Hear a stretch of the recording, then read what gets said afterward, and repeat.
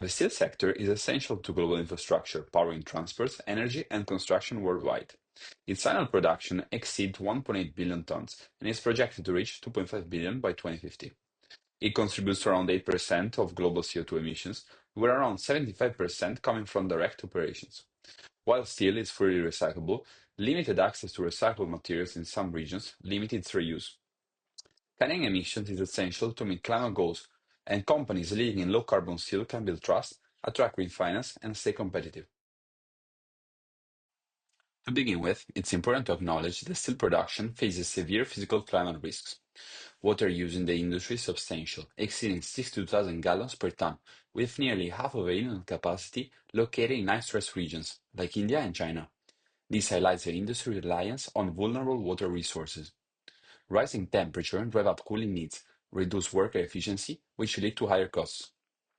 Moreover, acute weather events disrupt supply chains, damage infrastructure, and endanger worker safety. Now, let's discuss transition risks, where the steel sector is under mounting pressure. Carbon prices could reach up to $360 per ton by 2050, challenging high-emission producers.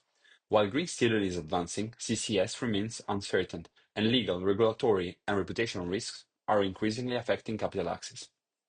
Beyond these pressures, firms also face deeper challenges, up to half a trillion dollars in stranded assets and up to $4.4 trillion in transition costs, all compounded by weak policy support. Now we assess the main technological pathways to decarbonize the steel sector. We begin with hydrogen DRI combined with electric arc furnace, which uses green hydrogen to reduce iron ore into sponge iron, then melts it in an electric furnace. It offers up to 95% decarbonization, though at a relatively high cost of $600 to $800 per ton.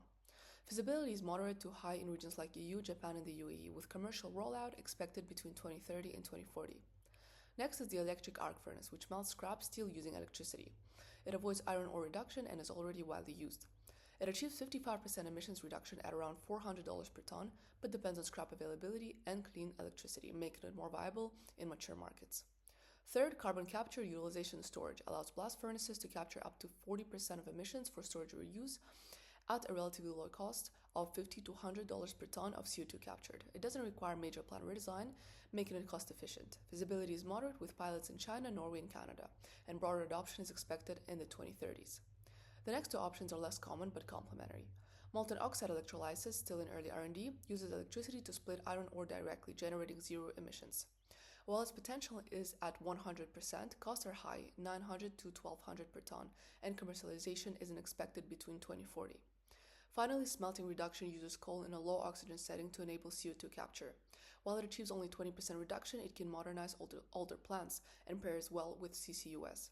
Cost is relatively low at $300 per ton, and trials are underway in China, India, and Europe, with uptake expected in the 2030s. To conclude, there is no single pathway that is efficient. A regionally tailored multi-technology strategy will be essential to deliver a viable low-carbon transition in the steel sector. Now I will continue with the global capex estimation. Decarbonizing the global steel sector is a necessary task if we're to meet net zero targets.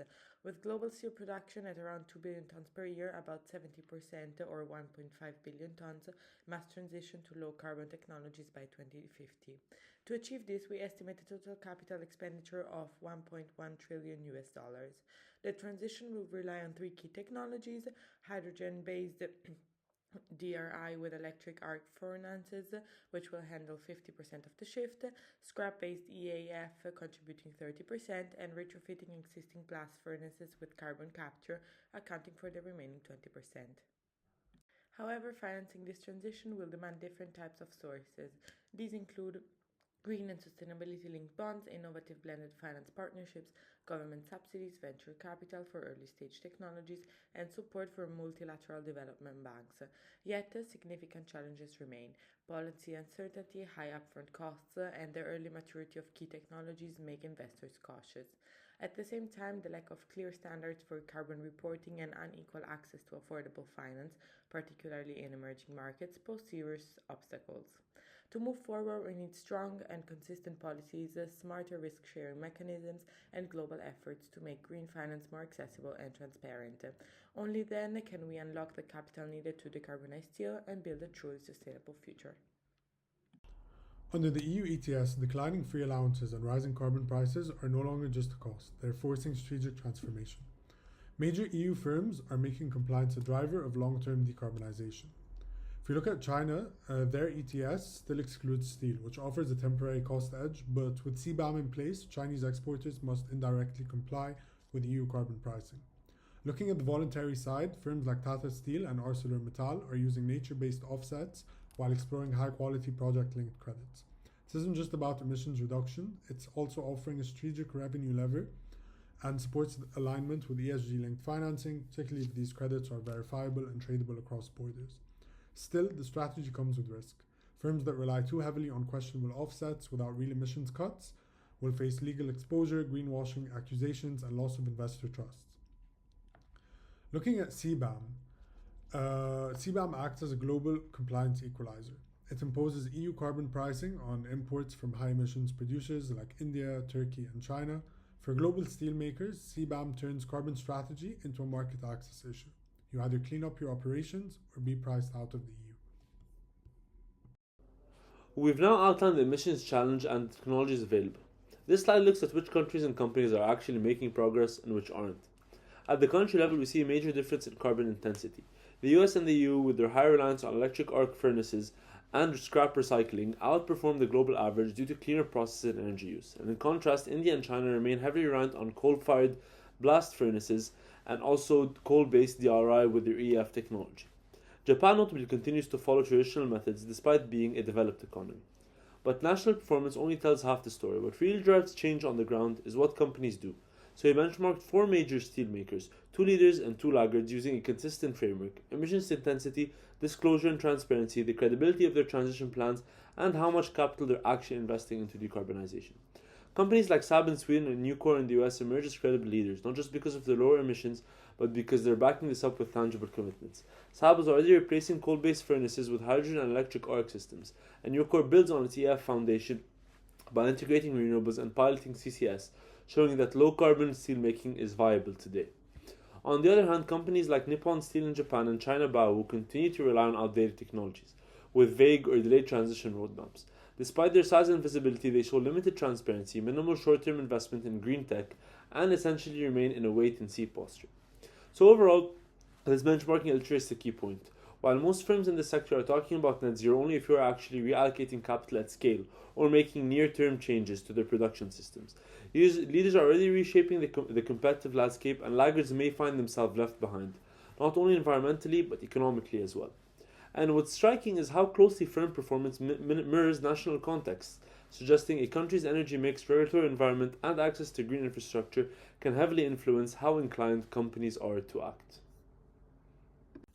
Steel customers, especially in the auto and construction sectors, which together account for over 60% of global steel demand, can play a pivotal role in driving decarbonization. Automakers are already pushing change by embedding Scope 3 targets into their supplier contracts and committing to fossil-free steel, as seen with Volvo and Mercedes-Benz.